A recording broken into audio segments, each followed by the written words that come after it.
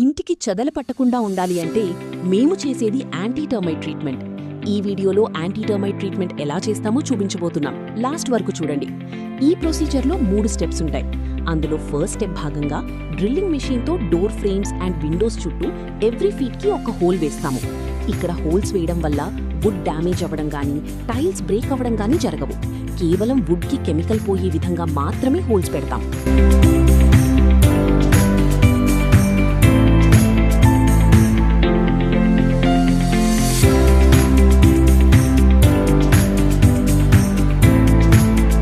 Holes వేయడం అయిపోయాక ఆ హోల్స్లోకి కెమికల్ ఇంజెక్షన్ చేసి కెమికల్ని ఫిల్ చేస్తాము.